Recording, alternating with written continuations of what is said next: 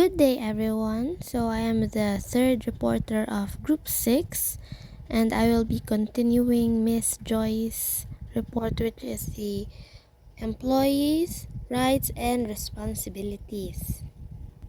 So, she already tackled sa kanang first two, no?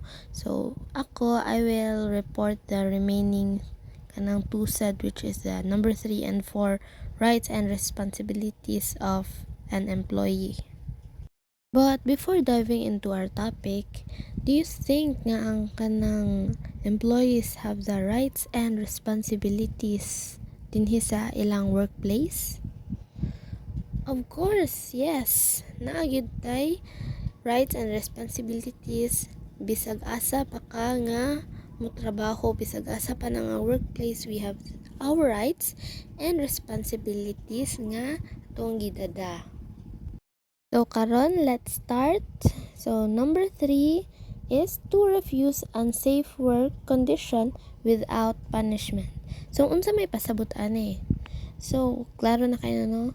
Refuse unsafe work condition without punishment, meaning na atay karapatan nga mag say og dili or mingon ta og no sa usa ka job or task nga buhat sa atong employer or naa sa atong nakakataas nato kung if we believe nga it would cause us serious harm or pwede tang pinsala or pwede tang ma-injury ana, we can say no. Sample, parihaan ni. Kibaw ka nga ang kaning scaffolding kay incomplete pa or wala pa nahuman og buhat, meaning kay unsafe siya or pwede ka matagak or ma-injury or ma-accident din hang dapita. Pero imong boss ni ingon siya nga katkata na kay dapat na ni mahuman ron. So naa kay right to say no. Dili ka pwede mapanisya na nang umaingon ang imong boss nga dili ti ka sweldoan ron. Dili na pwede kay we have the right to refuse if ang job nga gipabuhat is dangerous. Yes, so next na ta. Nganhin na ta sa number 4. Mao ni ang to report hazards, injuries or unsafe practice. Meaning, we have the right to report to our employers kung naaman gani mga hazard or injuries nga natamo sa ato or mga unsafe practice diri sud sa atong workplace. Kay reporting helps prevent accidents bayat.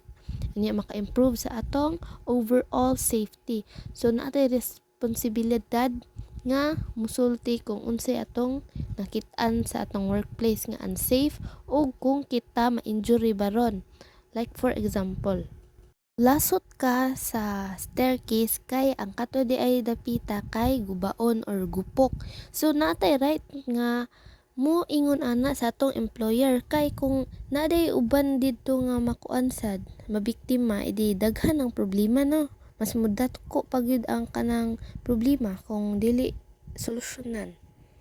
Ni example pa jud na kay kauban sa trabaho or imong colleague nga kuan kanang gahi og dili mag kanang PPE, dili mag musunod sa mga balaod. So na kay right ana para mo report sa imong employer nga kana siyang tawhana kay dili na siya musunod sa mga balaod para mapagsabihan. Need jud ang pag-report, no? Dili kay kanang naunsa na kadinhan di kay pun ka magsaba. Example, na slide ka ditong dapita niya, nabusta ka mo, niya wala gid ka gasaba. Maong ang uban kay na slide po dito kay wala man ka nangingon, wala man ka ni report. So wala na solve ang problem. So mao na to ang mga rights employees. So dire ari na ta sa ilang mga responsibilities or ilang mga responsibilidad. So, ang mga workers, no, if we have rights or if they have rights, they also have a responsibility na sila'y dapat mga sundon or mga ipang-follow nga dapat or angay buhaton. So, the first is to follow all safety rules, procedures, and training provided by the employer. As employees, no, we must kanang follow or adhere to all safety guidelines nga gi-provide sa atong employer. ang mga tanang rules, ilang mga protocols ug ang ilang mga gipang tudlo didto sa atong training program. So dili jud ta pwede magbuot-buot og unsa lay atong gusto buhaton, no, we must kanang follow gyud kung unsay mga standard nga procedures. Like for example, na ay new machine, but before ka makagamit ana nga machine, you need to have proper training sa para dili ka maaksidente din or maguba nimo ang machine. Kung wala pa ka gi-training, then ayaw gyud og pagbida-bida og gamit ana. All companies or mga trabahoan, they have their own rules ug mga dapat pangsundon sa ilang mga employees, no? So we must adhere to it para raman sad na sa atong safety ang ilang gipangbuhat. And let's go to number 2 na, okay? So number 2 is properly use PPE and other safety equipment. So dire nato ma-apply, no, ang number 1 nga follow all safety rules kay naa man gyud na sa tanan nga mga trabahoan ang kanang PPE. Sag-asa pa kana atay PPE nga dapat ta mag-wear ana to avoid accidents or mga dili nindot nga mga outcomes. Dili lang para sad sa kumpanya, no, para sa sad sa imong kaugalingon para maprotektahan ka from the dangerous mga materials or mga unsa na dinha. Kanang mga hazards niya, kanang maggamit kang mga equipment, dapat yun ka mag-PPE. So let's proceed to number 3. So report unsafe conditions, hazards, accidents immediately. Ani ganiha sa kanang rights, no? Ang right nato nga kanang mo report og mga unsafe conditions, but it is also a responsibility. Dili lang kay, yes, it's a rights, pero it is also a responsibility. Responsibilidad nato nga mo report sa mga unsafe conditions ug mga hazards para sad malikayan nato or malikayan sa uban para dili makapinsala og much more. Sag kana na lang pinakasimple nga naay kanang slippery floor din ha. Kung imo nang iingon, hindi walay madakdak din ha or mga piang din ha ang uban. Kay a quick report can change anything. Okay, proceed na ta sa number 4.